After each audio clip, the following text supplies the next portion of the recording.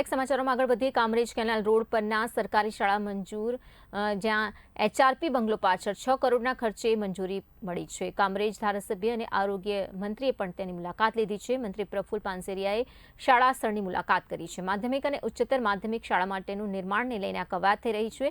કામરેજ સહિત આસપાસના વિસ્તારના લોકોમાં ખુશી વ્યાપી ઉઠી છે। મધ્યમ વર્ગના બાળકોને નિઃશુલ્ક શિક્ષણ મળી રહે છે। जी सर, આજનો કાર્યક્રમ છે।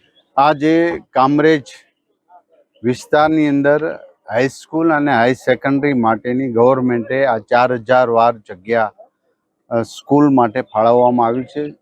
સ્કૂલનું ભવનના પણ 6 કરોડ રૂપિયા મંજૂર કરી અને હવે ટેન્ડરિંગ કરીને આ વિસ્તારની અંદર હાઈસ્કૂલ અને હાઈ સેકન્ડરી અદ્યતન અહીંના મધ્યમ વર્ગના પરિવાર માટેના દીકરા દીકરીઓ વિના મૂલ્યે 12 ધોરણ સુધી ભણી શકે એવી વ્યવસ્થા કરવા માટે આજે અમારી ટીમ ભારતીય જનતા પાર્ટી તાલુકા પંચાયત જિલ્લા પંચાયતના સદસ્યો બધા સાથે મળી આ જગ્યા સરકાર દ્વારા આપવામાં આવે છે એ જોઈ અને અમે નક્કી કર્યું છે કે આ સ્થળ પર આ વિસ્તાર માટે એક નવું શિક્ષણ માટેનું ભવન અમે આપી રહ્યા છીએ। એ માટે અમારી ટીમ આજે આ વિસ્તારમાં આવી હતી।